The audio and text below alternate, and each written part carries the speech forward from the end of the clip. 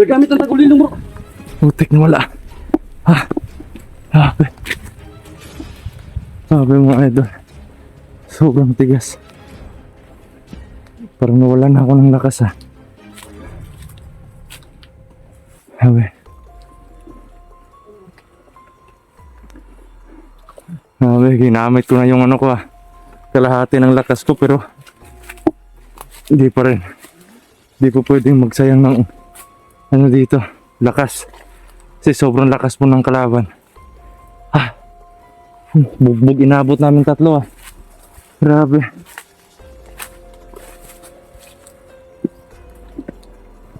Bugbog ang inabot namin tatlo eh. Ha? Bro. Puruhan ka bro. Ano baba ko? Yung bibig mo. Yan mga idol. Yan. Yan. Mugo. Napuruhan po. Tumugo po yung ano niya. Tara bro. Yan. Huwag muna. Gamutin ko muna siya na. Sarge.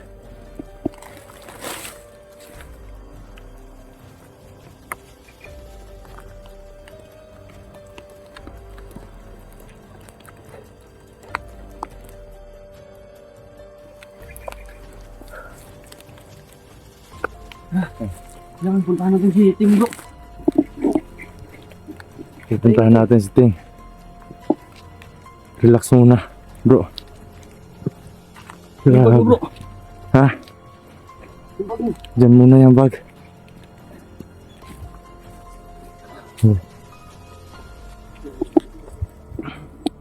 Yan. Naiwan yung ano niya bro.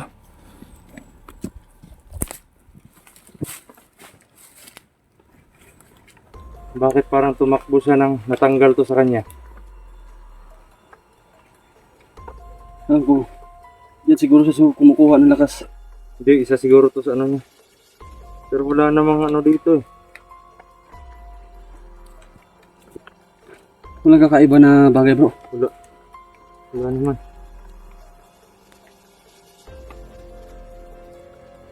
Ba't siya tumakbo nang makuha yan? Mawala yan sa kanya. Ano to? Hindi ko rin alam bro. Hindi natin lagay yan. Grabe yung katangian ni ano no. Apo hait. Di basta-basta. Sarge, okay ka lang Sarge? Okay. Grabe yung kita mo. Ano bro? Si Commander Ting andun sa bahay. Punta natin, patayin natin. Habang hindi pa nakapagbalik si ano. Oo nga eh. Si Apo ang haik lang. Tara. Yun yung inaasahan ni Commander Tim. Tara. Tara bro, Sarge.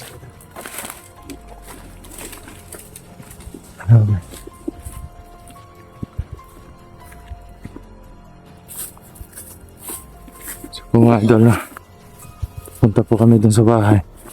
At si Ting lang po yung andun. Kailangan pag-usahan ni Commander Tim yung kasamaan niya. Oo nga eh. Umaasa lang siya sa pinanting niya. Kaya ngayon, nakuha na. Andito lang si... Hindi na makapaglaban. Kaya ito na ang panahon. Para patayin.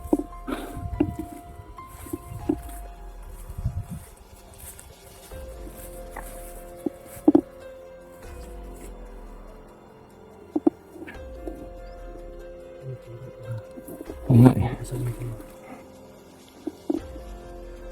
Grabe. Bro. Ito lang ang putuin sa paligid bro. Ingat lang tayo bro.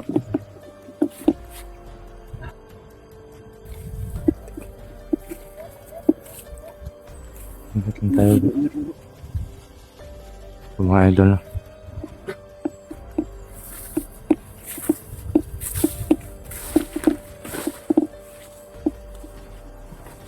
Yun. Doon po si Commander Ting. Bro, parang may dala siyang bakal bro.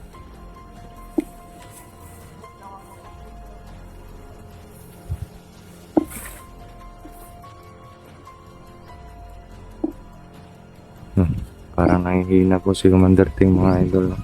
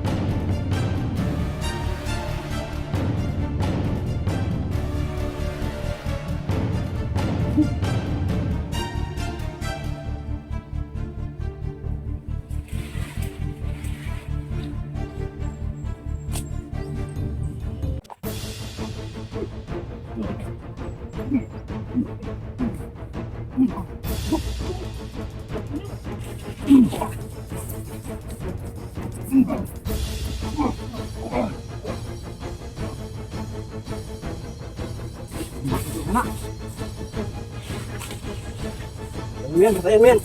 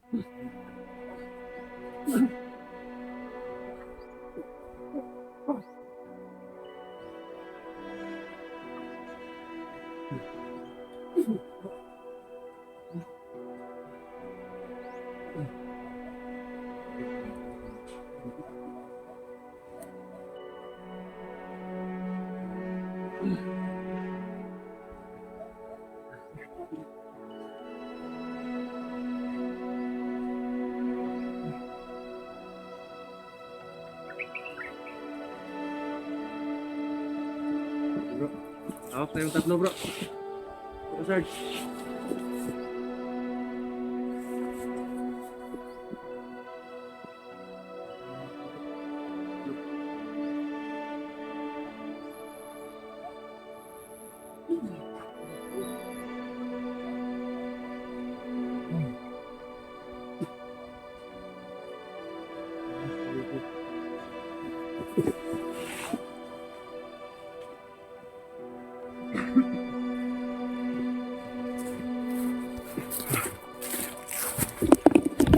Po mga idol, no? Tignan nyo po si Ting.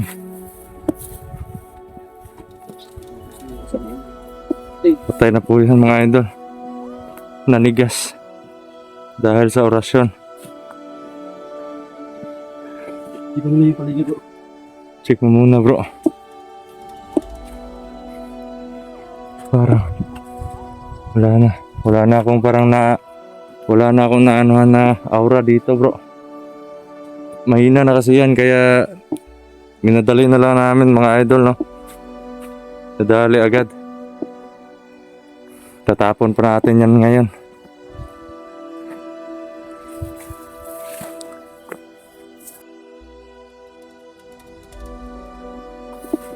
Bro, si ano bro? Hahanapin muna natin bro. Si Apo Hait. Yan na bro. Mga idol, no? Hahanapin namin si Apo Hait kasi pinuntahan lang namin si Ting dito para patayin. Si Apo Hait na lang yung ano ngayon.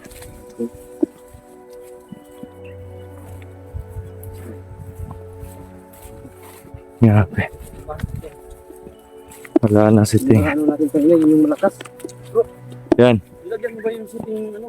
Oo. Bro, na hindi mabubuhay na. Nilagyan ko na yan. Nabuhay ni ating maliit. Hindi na yan bro. Kahit anong gawin niyang alay doon.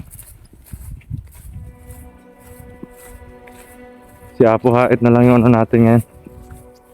Problema. Tsaka yun. Nakapaghiganti na po si Master G kasi si Si Ting yung bumugbog sa kanya eh. Ngayon patay na si Ting. At si Apo Hait na lang yung hahanapin natin. Dito lang yung sa paligid. Alam kong tinatago niya lang yung aura niya.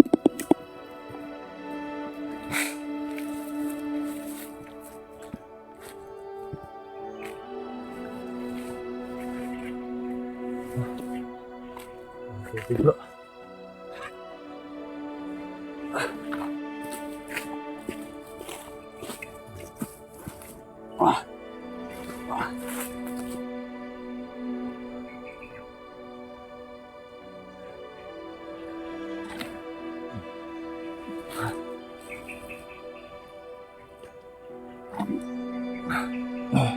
Okay ka lang, Sard? Sobrang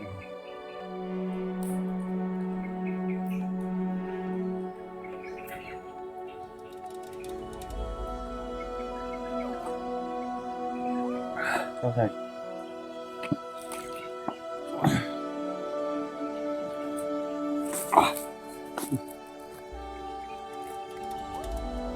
kailangan kita natin si Apo Hait po. Kailangan tapusin din natin yun.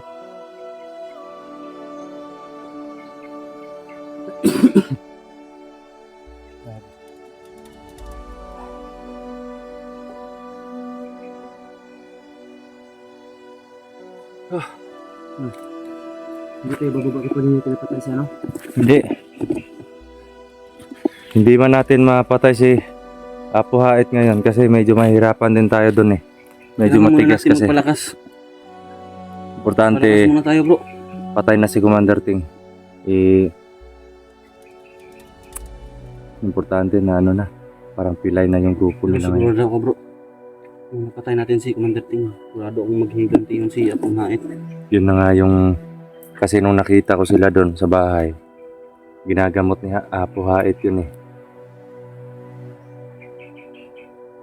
Bigla na Ano nga kaya- lang siyang Ano kaya komunikasyon nila, no? Ba't ano, parang ano siya talaga si Apo Hait Ting? Ewan ko. Hindi ko rin alam kung ano yung relasyon nilang dalawa. Kasi parang sanggang dikit talaga sila ni Apo Hait noon pa eh. Kaya nga eh.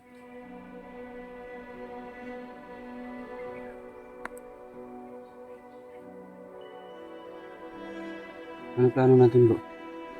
Bababa tayo? Bababa tayo bro. Uuwi muna tayo sa pamilya natin kasi may nangyari din sa bunso kong anak eh. Ano nangyari sa bunso niya? Saka yung bunso din ni Marvin, yung bunso niyang kapatid, nilagnat. Tapos yung sa akin naman, ubo, sipon at lagnat. Kaya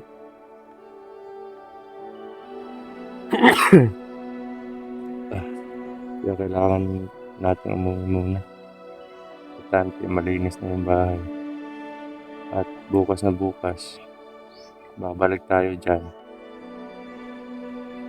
Babalik yan si ano ko. Apo Hait. Babalik tayo dyan. Dyan tayo magkita-kita tapos may pupuntahan tayong isang kuta. Hindi ko alam kung sino yung, ano yung dadatnan natin dun sa kuta na yun. Kasi parang duda ko may mga bihag din sila dun eh. Dun sa kuta na sinasabi ko. Parang duda nga ako na papunta dun si Apo Hait ngayon eh. Sa kuta niya. Doon na kuta bro. Hindi basta-basta yung mga kalaban dun bro. Kailangan talaga magpalakas muna kayo. Saka si Sard, bibigyan natin siya ng anting-anting tsaka mag-ano ako ng mga bala ng baril na lalagyan natin ng orasyon para may panlaban tayo kung may mga armas na sila. Medyo masakit pa nga yung kamao ko pero tinitiis ko lang. Grabe talaga. Alam mo si Apo Hait, habang sinusuntok ko siya, parang sa akin bumabalik yung lakas ko eh. Parang ako yung nasasaktan. Pero yung ano niya parang bato, di ba?